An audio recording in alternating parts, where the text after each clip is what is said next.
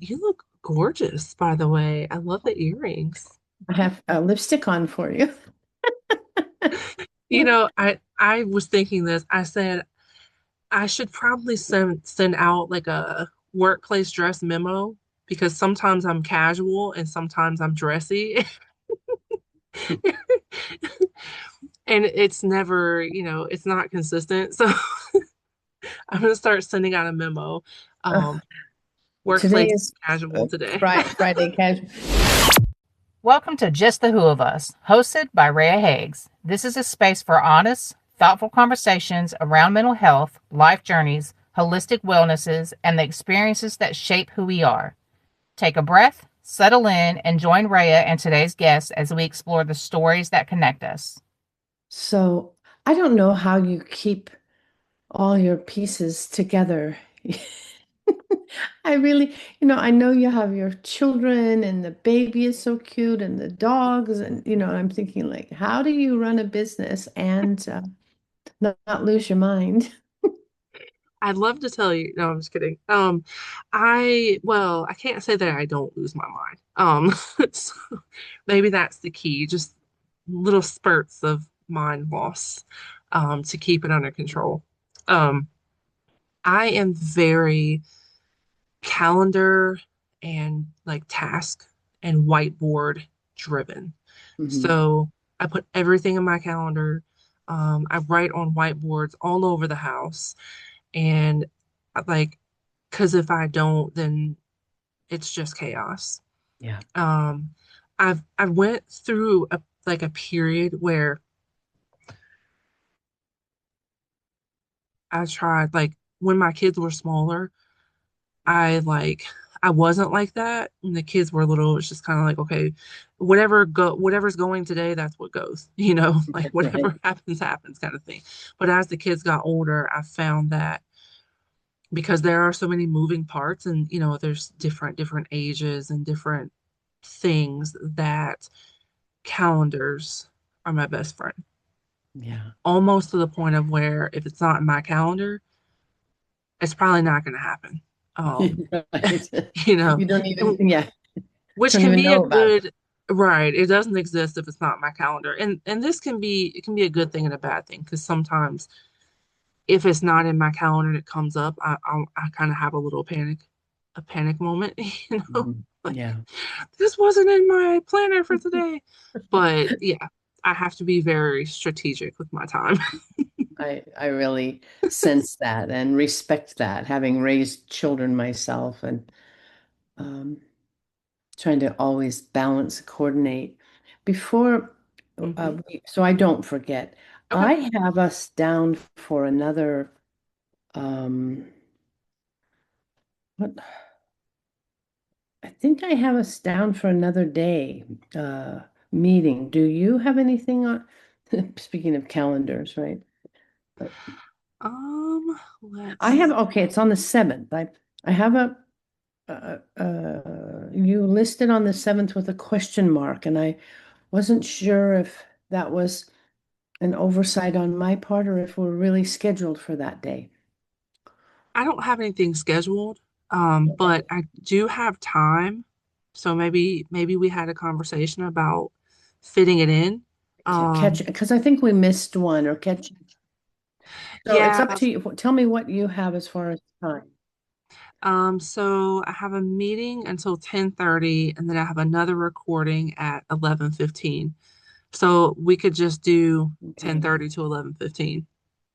10:30 Okay. to 11:10, let's say. To 11:10. And that's your time and your East Coast, right? Hmm. Okay. That will work. 10:30 to 11:10. Okay, Yeah. and then Yeah. I'll go ahead and schedule that now. Okay. Just I wanted to make because I kept the time open and I like I said I had a question mark, so I wasn't sure. And you're probably right that it was something we just kind of talked about. Yeah, probably so. Okay.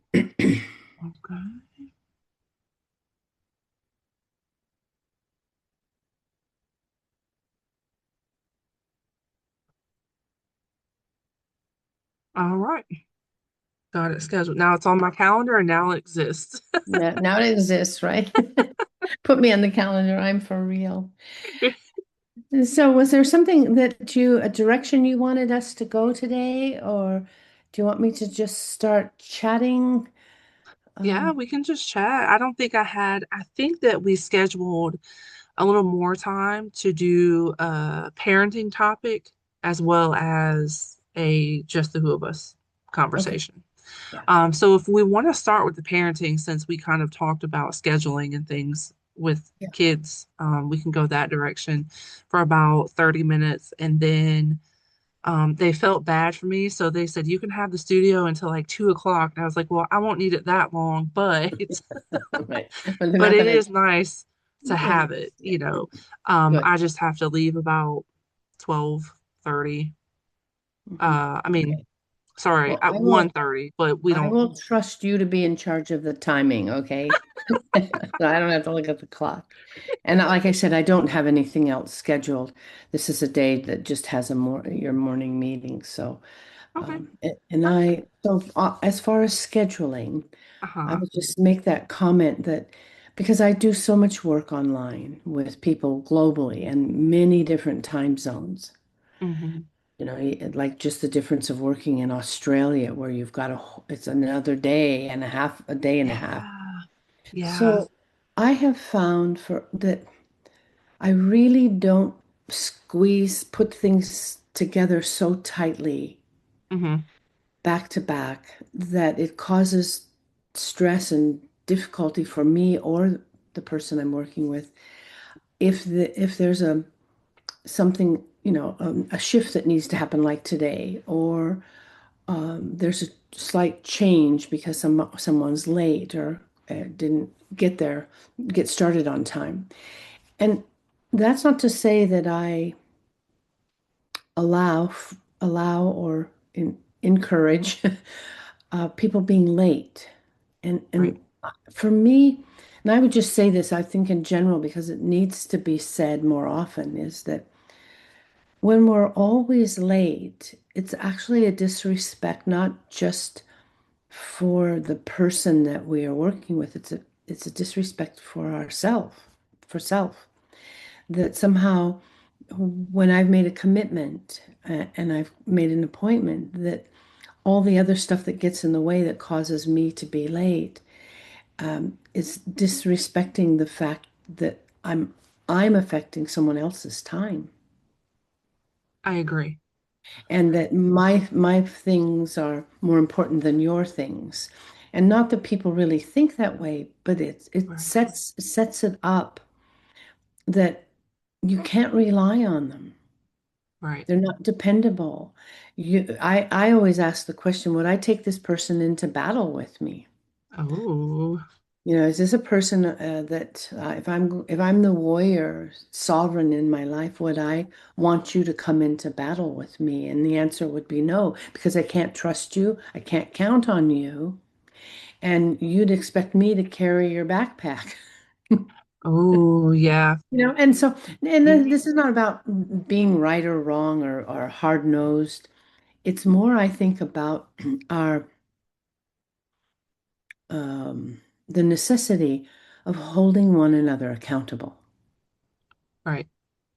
And I remember many years ago, one of my children who was doing some counseling therapy and with mom included, and she appears late, and she said, "Well, I'm only a few minutes late." And the therapist said to her, "And if this had been a train, you missed it."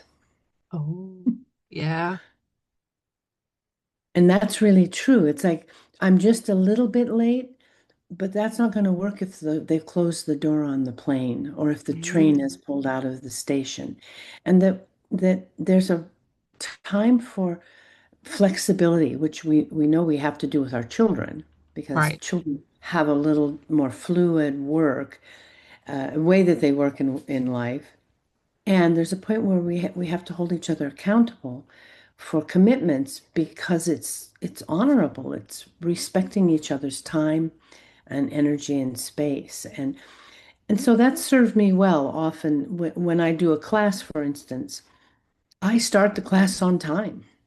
Right.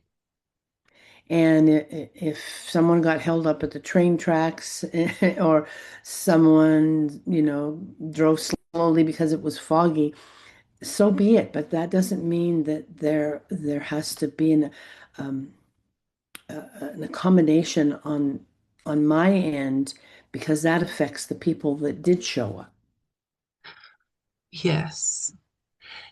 You know, when my husband and I first got together, I previously mentioned when my kids were little, it was just kind of chaos all the time. So whatever, happened, happened.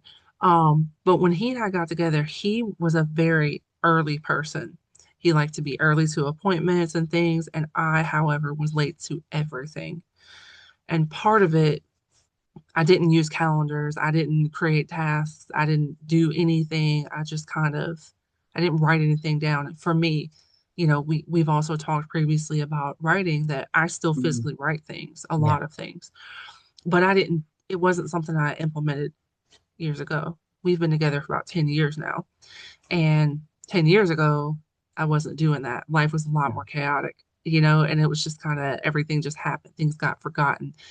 I was late. I was a chronic late person. Mm. And, time passes. I'm with him who likes to be early everywhere. And kids get older a little bit, right? So that kind of alleviate some of that chaos. But he kind of made the same point. Like, if you're always late to everything, then you aren't respecting anything else that anyone else has going on. Yeah. And I was like, oh, I mean, it's true Yeah. because I'm only thinking about my participation in this, right? Hmm. Doctor's appointments, it didn't matter. Now I try to be, I set my appointment time to 15 minutes early. So I've even gotten places 30 minutes early because I set my appointment for 9:15 and it wasn't till 9:30. So here I am 15 minutes early to my 15 minutes early. And I'm like, oh, okay. My kids are like, Mom, we had more time. And I'm like, oh, well, it's fine. We're here, we're early, whatever. Now things can flow. But what do you think that is in reference to having kids? Because for me, it was more chaotic and less kept together when they were little. Maybe because there were so many of them and there was only one of me. That's right.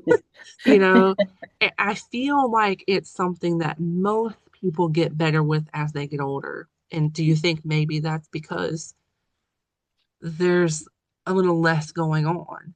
When we get older, we have a little more time to pay attention, or is it just sometimes we just don't stop and think to pay attention? It's probably both. I have a sense that w- for the most part, we're disconnected from, we're out of touch with, I'm just going to say nature as a kind of a blanket word, Right. that we live in a time where appointments and schedules and, doing things timely, it's necessary to function. That's just the nature of the world we live in. Yeah. Children and outside nature doesn't have that rigidity, and Mm-hmm. that there's a place for it. And this is idealistic, but if our children didn't have to go to school, for instance, the nature of things would be that we would allow them to sleep until they woke up. Just Right. think about that. They have That's their own little clocks. They'd wake up when they were finished sleeping. They would want to be fed when they were hungry. And that in that ideal situation, as a mother, as any parent, that there would be a rhythm to the day that wouldn't be rushed or slotted into appointments. It would be much more fluid. If it's mm-hmm. hot outside in the afternoon, the kids would come in. They wouldn't necessarily play out all day. They'd come in and maybe take a nap or sit quietly and have something to drink. And it wouldn't be that, okay, get in the car, we have to drive to school, you have to be there, you're going to have to eat lunch when it's lunchtime. And and I have to pick you up when school is over, and there's the necessity of that, but there's also the fact that it doesn't allow for us to embrace natural rhythm. And so it's kind of that in between of how do I honor what, the fluidity of life, and how do I keep appointments? And the only way that you can really keep appointments is for you to have, like you say, the schedule, the calendar, and to plan things in a different way so that it's not always a rush. And most of the time the rushing is we're just trying to do too many things all at once in a very short amount of time, that we've, and so that's preparation, like making, if you send your children to school with a lunch, I don't know, maybe this is old fashioned, but I'm using that as an example. If you have to make 5 lunches in the morning, then that perhaps necessitates planning in the evening as to what you're going to do and having that system in place, even if it's in your mind, so that that is like an assembly line and you can get out the door on time. So I think when the children are young, you learn to handle things differently, which maybe carries over into your later life that, now the children are older, they have their own self-contained schedules. And I've learned something from that from being a mom.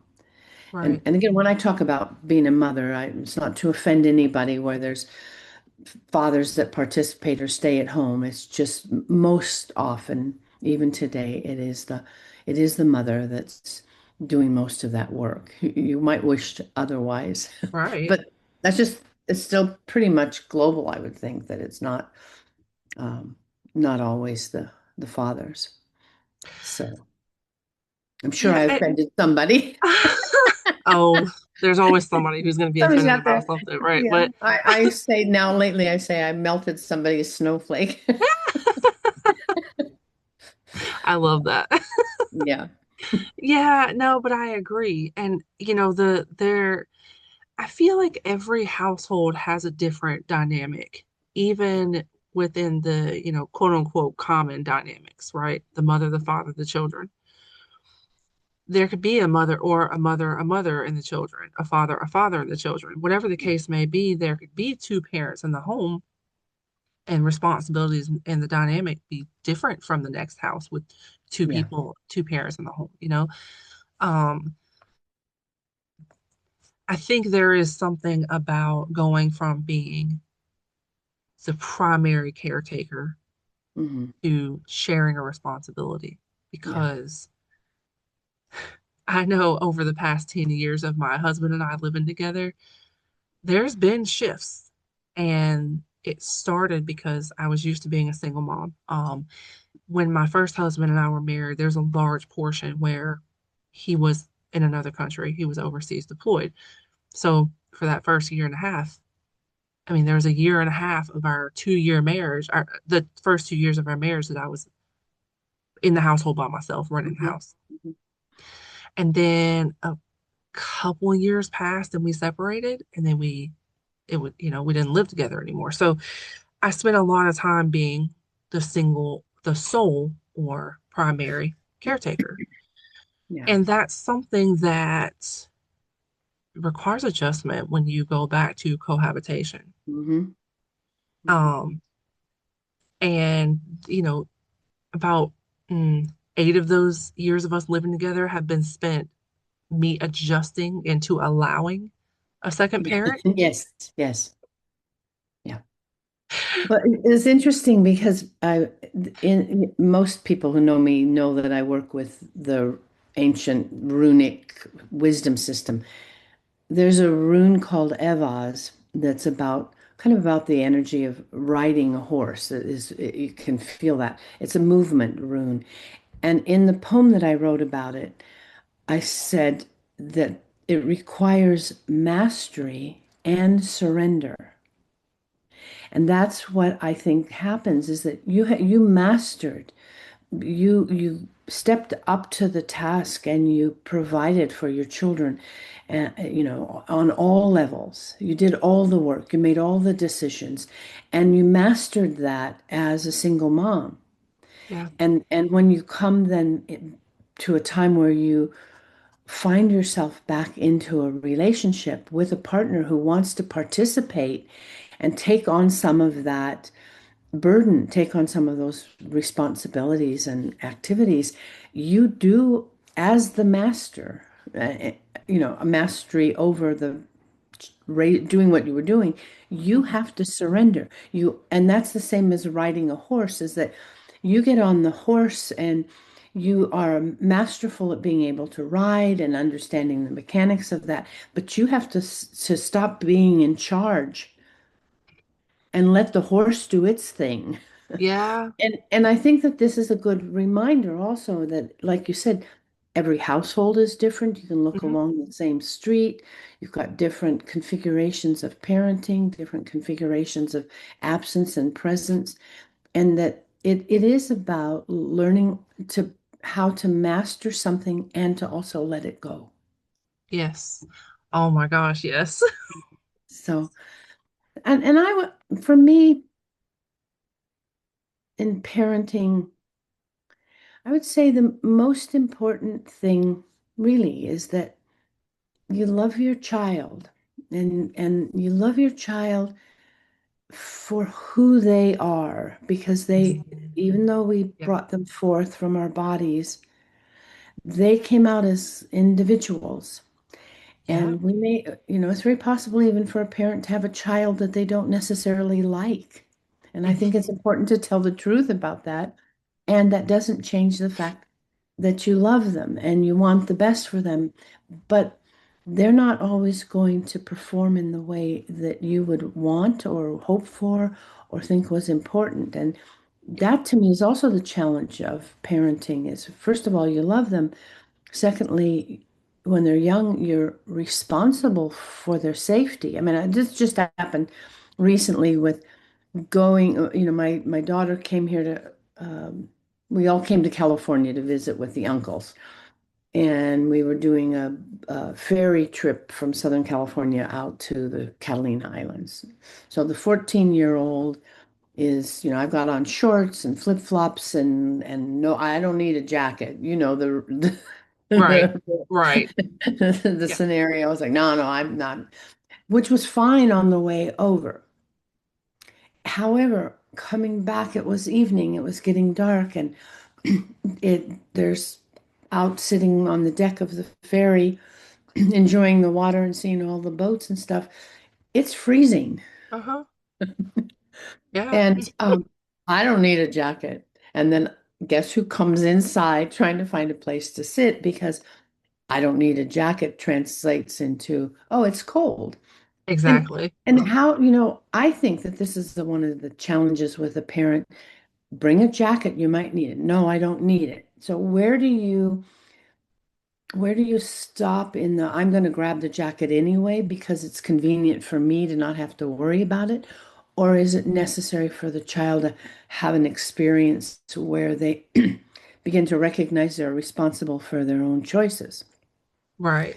And, Yeah. like I don't want my kids sitting outside suffering because they're freezing to death because that's not good for them. It's uncomfortable for the group. But there's also a place of at what age are they accountable? I asked you to bring the jacket. You chose not to. So here we are. Hmm. No, you can't put mine on because that's very often, right? Mom, Graham, do you have an extra, do you have a sweater or whatever?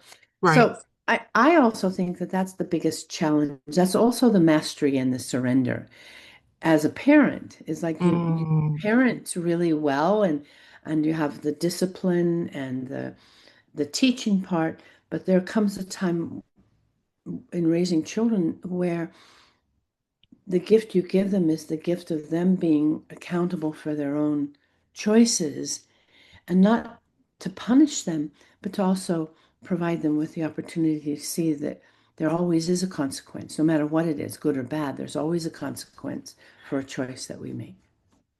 Yes. And I love that you bring that up because natural consequences is something that I 100% teach my children.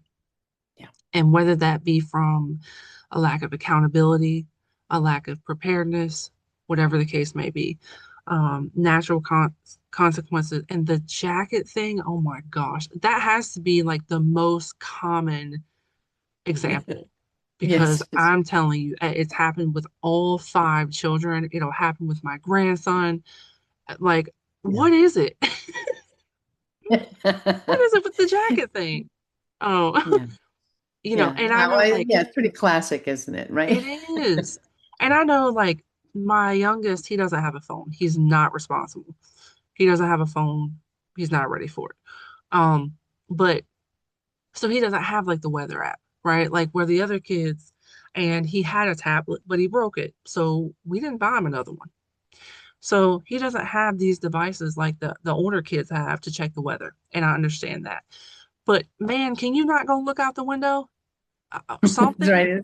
Ask me anything? Yeah. God. But Yeah. they all went through all of them, and it was Yeah. what the jacket thing, all of them. Yeah. So what I do up to and I don't think there's a certain age because I think different children have different maturity levels. So Yes, I'm I not, agree. yeah, so I can't say a specific age, but I would say once that you find that they are capable of keeping up with things, Hmm. I think it's kind of a good idea to kind of start giving them that test run. Um, Yeah.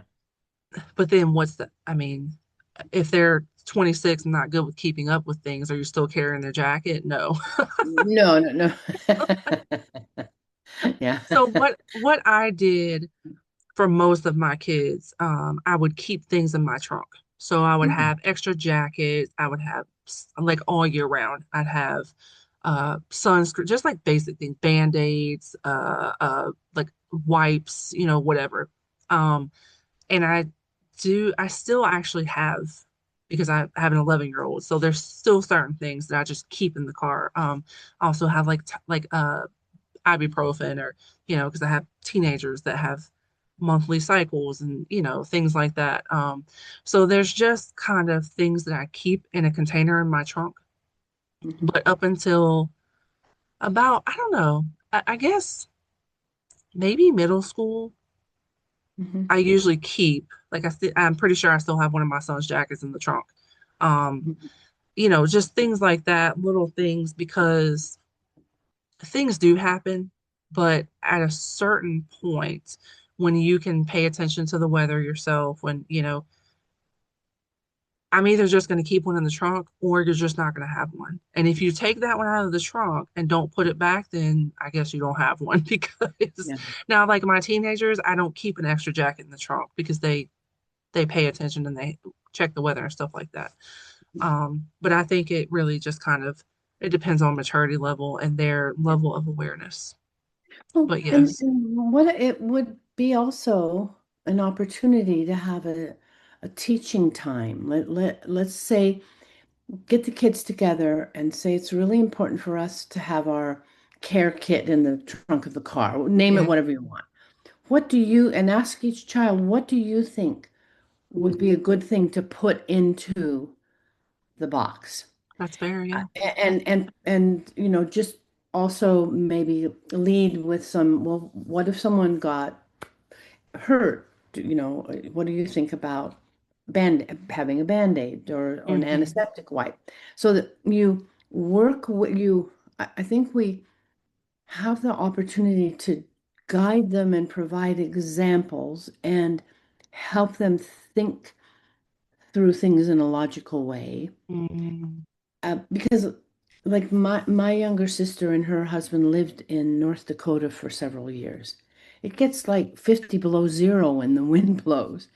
You don't, as an adult, forget about being a child. You don't drive any place in your car without emergency supplies, without a right, shovel, without gloves, all the things that would keep you alive. So it's, she had to learn that right.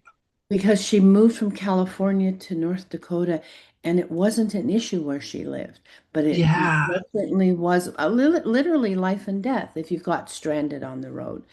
So perhaps this is also a way where whether we are trying to hover over our children and do everything for them, what a great opportunity to use it to teach by using examples of life. And it's repetition for kids. It's like, Right. and each child has its own level of independence, and I'm going to do it my way, and I'm listening to mom because she makes sense. They're all different, but we continue that consistent uh, approach to my job as a parent is to protect, but also to teach through example and through communication to create this opportunity for children to grow into responsible thinking young adults, and that sometimes that gets missed, because Yeah. there is the technology. They can look at the weather app. That doesn't necessarily mean that they've made a connection between the weather app and the Mm. practicality of putting the jacket in the back of the car. Because this is also where, I mean, that growing up, raising five kids, sometimes there's just a disconnect. They, Right. they haven't Right. quite put those two pieces together. So, oh, Yeah. it's going to rain this afternoon. Okay, what do we need to do? So Right. I'm just Right. sharing that kind of from example of great to have an emergency kit, but not because it's to always rescue, but to think Mm. through what it might be that would be of help to the collective, that we have these things in the car, a blanket. Like if you, well, I'm from the generation of we used to wear high heels, and pantyhose and high heels. And I always kept an old kind of an more worn out pair of walking shoes in the trunk of the Uh-huh. car because Mm. if you happen to run out of gas or break down or something, you're not going to get very far walking in a pair of high heels. So that was a Right. practical thing, whether I needed them or not, but I knew that they were in there in case I had to walk someplace. Yes, but it makes sense to me to do Yeah. that. I'm 6 foot tall, so I don't wear heels a ton of places. I do like wearing heels, and I do sometimes for certain occasions. Um, but no, so I understand that. Although I don't wear them everywhere I go, but I do have, and even with kids, a lot of times, right? You want to keep certain things in the car, even like shoes. Say you're going to the beach, um, or like socks or, whatever the case may be. Yeah. Um, Extra pair of clothes. Say you're going to the beach and, they're in their trunks, they have their trunks on with a t-shirt ready to go. I'm also going to bring clothes because you're not getting in my car in wet trunks, Right. you know. Right. But they're probably not thinking about that because they have their bottoms, they have their top, and they're ready to go. Yeah, yeah. But to me, that's also a perfect opportunity. We do things automatically. We just think about it. We put it in the car. What a great Right. opportunity to speak to the children in that way and say, you Hmm. might not think that you're going to need this. And I'm preparing for what if a wave came in and washed your shoes out to Yeah. sea. I mean, that happens, right? Yeah. Or the seagull flies off with your t-shirt.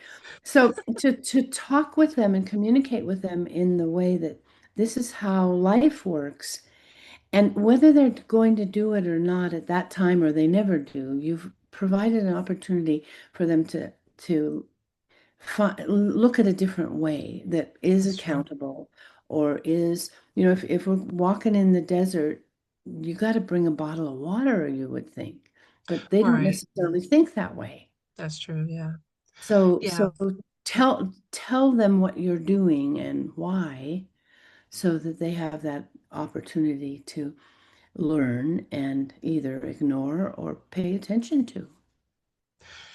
I think for myself, having younger kids and older kids, there's about a 10-year gap Mhm. between my youngest and the next kid. And so, is that right? No, that's not right.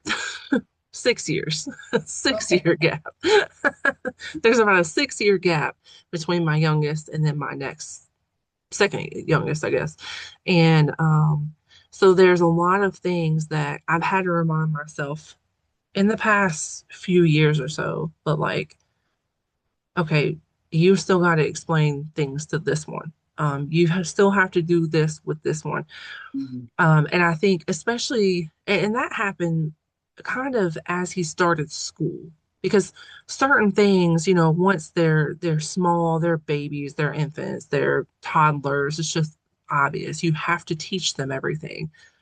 But once they get school age and they have older siblings, sometimes it's easy to forget and kind of taper off Yeah. being so in detail with everything because, there's just like this shift. They Yeah. become a little more independent, they know a little bit more. And then you're like, okay, I don't know, I've got four teenagers and young adults, so my brain registers more that people are more independent. Yeah. Then Yeah. there's instances that happen and you're like, oh no, this one is still little. I've still got to be more Mhm. detailed. I was doing homework with he was 10 at the time, and it was math, which I'm sure is every mom's favorite subject to help with homework. Um, but it was math and it was like a word problem. And so, at the time I had him do his homework in his room because that was a quieter space than sitting at the kitchen table Mhm. with everybody in the house. So you have a desk and a chair at your table. That's where you do your homework. And so he came down and he's like, Mom, like, I can't figure this out. And my brain was kind of like, well, you're not trying. Mm. And he was just stuck. He's stuck. He's doing these other problems. He also has a kind of a history of being manipulative.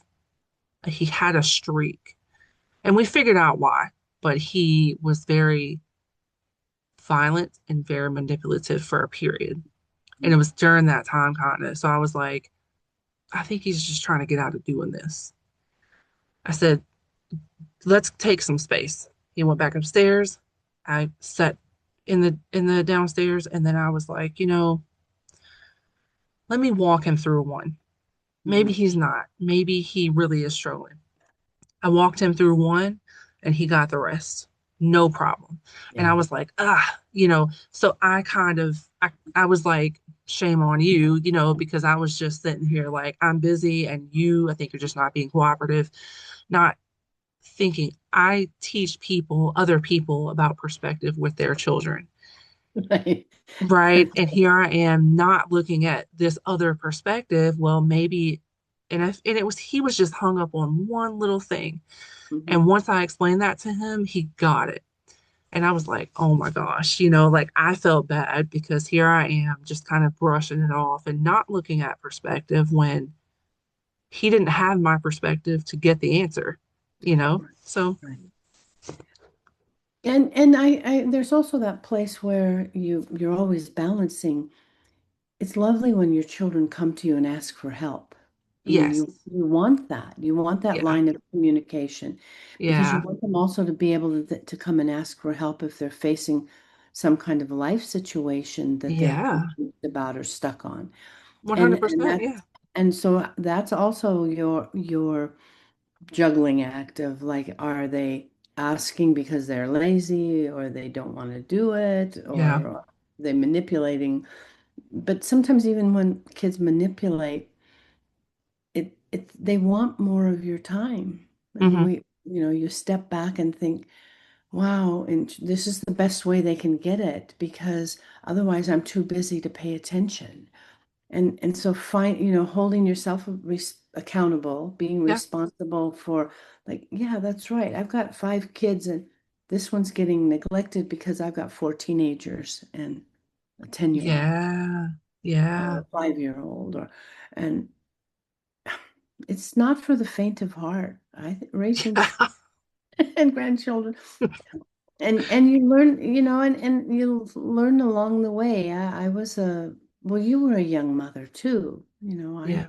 I had my children early in my life, and so a lot of the growing up I still hadn't done. You know, you as a teenager, if you have a kid as a teenager, you Yeah, don't have yet that differentiation of even like who are you now as a young adult compared to being a very kid. much so. And so part of what's happening is that you're growing up, learning about yourself as you're trying to raise a child and learn about them. And it's uh, Yeah. it's it's easier because you're young, easier than raising Right. a kid when you're like 50, but it's also not easy because who you are is still developing. And so, Yes. Mhm. just it I there's no easy way, there's no formula, there's no magic. Like this is the way it has to be done. And well, and that's again, I'm dating myself, but I was raising children during the time of when Dr. Spock was becoming really popular. And that kind of like, well, let your kid cry himself to sleep. Well, no, because I had a premature baby that I'm Mm, reading a book saying let the baby cry itself to sleep, when in fact what the baby needed was probably what they do now, this attachment parenting, where you always have the baby in contact with your body. He yeah. would have he would have benefited from that immensely. But Yeah. I was following a book that said do this, do that, and that was fine, but didn't work for all children. Right. Yes. No, I agree with that. And it kind of goes back, we mentioned the same household with the same amount of people, but different dynamics. And every child is like that too. Yeah. Five, ch- my husband just made a comment the other day. We were talking about teaching kids to drive, and two of my four who are old enough to drive, and two don't. And one of them, he lives in walking distance of work and other things, so he doesn't really need to. He has no interest in. Um, and his girlfriend doesn't drive either, but they just walk everywhere because, and they live close enough where they can, and it's safe to do so. I mean, as safe as it can be, right? But so I'm like, okay, I get it. He was in an Uber twice and was involved in an accident. He wasn't even driving, and this is as an adult. And so he continues to be like, you know what? I'm safer walking. So I get it. My 19-year-old, she took driver's ed at school and then just kind of tapered off interest. Um, and I was talking about teaching her, and he said, maybe he's he said maybe between the two of us, you're not the best one to teach her, particularly in driving, because he is much more laid back, and I am sitting over here like holding on. I'm extra, but then I catch myself and I'm like, okay, don't, it's okay, like I've got the invisible brake pedal over here. And, I catch myself being extra sometimes with my now 17-year-old driving. But in my defense, she's only been practicing for like a year. I'm a little more laid back now, but Yeah. when she's also kind of clipped the back of a truck turning before. So, I'm a little valid to be, Yeah. but I mean, luckily they were parked and there was no damage to their car. So thankfully, but things have happened. So I'm a little nervous, but no, she's a good driver. But it takes time to get there when you are freshly getting in a car and never done it before. Right. That's terrifying for the person who's sitting in the passenger seat, who's used to driving everywhere with no control now. That's right. Except the holding onto the dashboard, right? Yeah, But that's he was like, this particular child would probably she's also a very calm, laid back person for the most part. Um, so, he was just like, maybe I'd be a little bit better. She'd maybe respond better to my technique. You would probably make her more nervous. yeah. But it just goes to show like different children require Mhm. different styles. They grew up in the same house. They were raised by the same person. Now, that that parent they were raised by has gone through many phases of themselves as they grew up from a teenager to a woman, Hmm. and so I think that's part of it too. The parent or parents that they're growing up in the house with is the same person their whole life, but that person is going through phases too, Yes. Yeah. and so the same household can create completely different children. My Right. oldest child is loud and he is here, and I have a couple who are kind of like, I'm here and I'm quiet unless it's time to be loud and Hmm. rowdy, then I maybe, but for the most part, I'm just like complete opposite. So it's funny because every single child is different, even in the same Yeah. household. And they Yeah. respond to parenting differently too. Some of my kids I can be more abrasive with, and some kids that have to be quiet, more Yeah. toned down and more explanatory and things like that. And that's fine because that's just, you know, what they take to Individual. better. Well, and also I use the word discipline loosely. Some Mhm. children respond very well just to the a word, the language Yes. of something. Another Yeah. child may need to have some privilege suspended for a period of time. Very much so. But you can't always do the same for every child because um, how they respond is different. And even communicating the difference of one child may, if you need to have a talk with them, may do really well if you share a meal together, take them out for lunch type of thing. Another Yeah. child might talk to you if you go for a walk. Hmm. Another child might talk if you're in going for a drive. There's also very Right. different subtle ways of how you communicate and connect with that, just like you would with friends. Yes. Yeah. That our friends are different, and we wouldn't expect all of them to respond in the same way. Like I'm a friend that I'm going to meet, I'll go for a walk with her, but she's not going to be the person that wants to meet me to have a glass of wine in a bar in the evening, that kind of thing. Right. And our kids are Right. the same. That they're Yeah. That's a Our really kids good. don't want to go to the bar in the evening. Let's But hope just not anyway. until they're old enough, right? Right. Yeah, it's just I mean, I would say the advice about, no, even not advice, but just insights and the little things you learn along the way is to love your children, love them Yeah. for their differences, and hold them accountable in the sense that there are consequences to choices, and it's not my life to control beyond a certain point because I'm not in charge of what they do when they grow up. I just had a conversation with my oldest daughter who's 23, and we were talking about like conversations with my teenagers versus conversations with my adults. And oh, because there was an incident with my one of my daughters where they started saying something and they were like, never mind, never mind. And I was like, I had a very particular tone. I was relaxed. I wasn't, I was a little confused because I was like, I intentionally didn't give them any indication that I was upset. And they just kind of shut down. And she said, well, it's probably because growing up, you told us not to talk back. Hmm. And if you felt like we were being argumentative, stop talking back. And that was kind of it. Now, as they got older, obviously my parenting styles have changed, but also, you approach teenagers and young adults differently to some extent.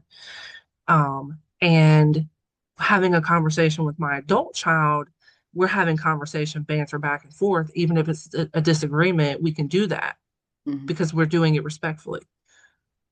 But a teenager, they're hormonal snippety. If they respond, their response is more like a catty, you Yeah. know, that to me, that's not acceptable. We can have a conversation where we go back and forth if you're speaking to me in a respectful tone, and so am I. But if you're being tooty with me, then that's not a conversation. Yeah. That's talking back and being defensive, whatever the case may be. And those are two different things. And so, we were just having a conversation about that. And I said, I explained that to her, and she was like, well, I understand that. But I think that's why she just said, never mind, is because she thought you felt like she was talking back. And, Hmm. well, it depends on how you say it. You know, if your tone is aggressive or rude, that's talking back. That's not having a conversation.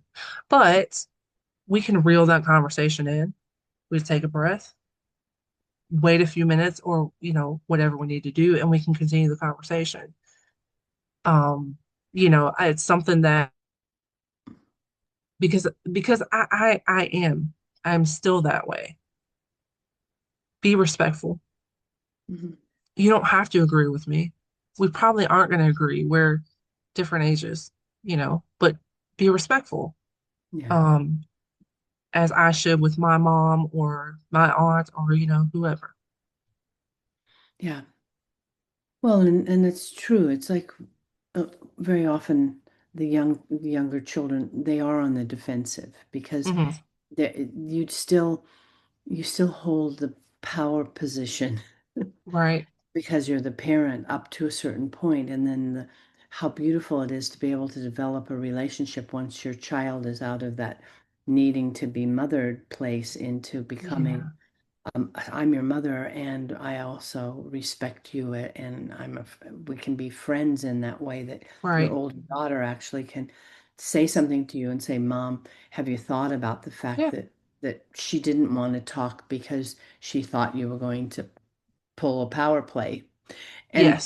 to hear that from your daughter and to listen to it and then to acknowledge, thank you for observing that because I hadn't really thought about it. And Yeah. that and when as your children get, as your children grow into their own adulthood and really become themselves, it's such a beautiful gift to have your to like your children and to have them be your friends, you know. Yeah. You're always Yeah. the mom or the Yeah. dad, Yeah. but to see that unfold is really rewarding. Yeah. Yeah. It's also kind of shaped how I approach conversations with my own mother too. Because let's just say one of us is more open-minded than the other. And for a long time, that just meant, well, I just didn't talk about certain things, Yeah. you know.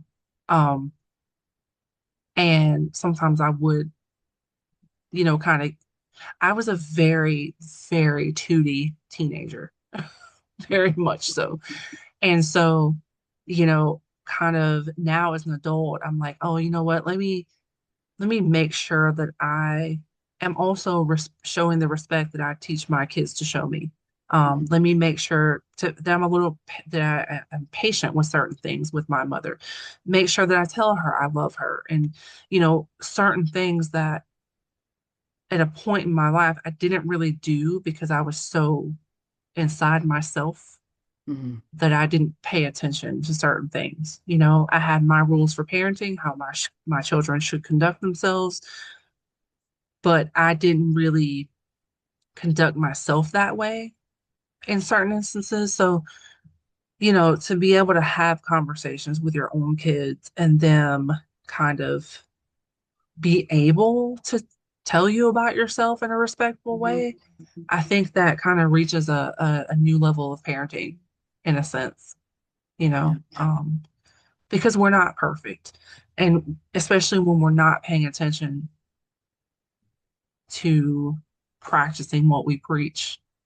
Yeah. Because I was grown up around do what I say, not what I do. Yeah. And so for me to practice what I preach, it took me a while to realize that because I didn't grow up like that, So but yeah, I do. I love the relationships I'm able to have with my adult kids. it kind of it gives you this kind of verification that like, I did okay. Right, right. Pat yourself on the back, right? Well, we Right, all, right. yeah. Even if it doesn't look like it, I do believe we all do the best we can, meaning that the Mhm. choices we make in the moment seem to be the right choice, Yeah. considering circumstance and context and all of that, because we can only say it wasn't a good choice by looking backward, but in the Yeah. moment, we didn't intentionally make a bad choice. Right. Right. As long as your intention is in the right place. Yeah. And always learn better. Learn better to do better, right? Because I feel like that's something we should always be doing as parents. And even as grandparents. There's certain Right. things that I've learned through parenting my kids that I definitely take into, my grandson gets older, how I grandparent him, Hmm, you know. hmm. Yeah. Yeah. So, And always remember, this to me is like one phrase: don't take it personally. oh my Whatever. God. Say that again, please. Don't take it personally because I'm sure most parents have gone through, like, you're the worst. I love you, you're the best, and then you're the worst parent, you're the most awful parent in the whole world, and that's like night and day, and it can happen one thing in the morning and one thing in the afternoon, and just like, don't take it personally. That's my advice to parents. It's not about you. Oh yeah. Oh yeah. Like I've my oldest daughter, and you could never tell it now, but there was a point she was mm, I don't even know how old she was. She was a kid. My ex-husband and I were going through a divorce. We had moved to South Carolina, moved back, and there was just so much going on. And I was doing her hair one day. She has kinky curly hair, and I was brushing her hair one day, combing it, and she was like, she got upset. She went to the bathroom, and I hear, I hate you. Now, she didn't say it to my face, but she said it in the bathroom, and I heard her, and I was like, excuse you? And she was so like, oh God, like mortified because I heard her. But she felt it in the time. She like, and she's actually brought this back up, and she's like I can't believe I said that. I would never hate you, Sh- and she even when she's brought this back up has been like, it was so stupid. I was mad because you were combing my hair. Like that's what I was mad about. And I say, I don't think so.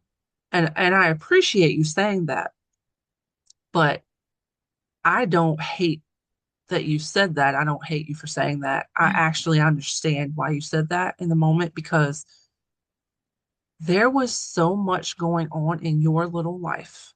There was chaos, there was Mhm. change. Your family had just split up. Like, you had a reason to hate me, quite frankly, if you did at the time. Yeah. I know that you didn't really. And I wasn't even that pissed off when she said it, Yeah. It's just because so I was like, shocking, right? I was shocked, and I was Yeah. like, who are you talking to like that? But I was like, yeah, she might, because there's so much, and the main source of everything that's going on is me. You Yeah. know, Yeah. I'm the one who told the children that we were getting a divorce. And I'm the one who moved. I'm the one who decided to pick us up and move away and then move us and all these things. So I probably am the source of your hatred right now if you do hate anyone. And Yeah. I can't even be mad about it. But Yeah. that's just one of those things that like we we have to take accountability. And it doesn't mean that your children should scream, I hate you, and you should just be okay with, whatever. But kids have emotions too. And Hmm. sometimes we have to take that accountability and say, you know what? I imagine you are pissed off, and it's probably at me.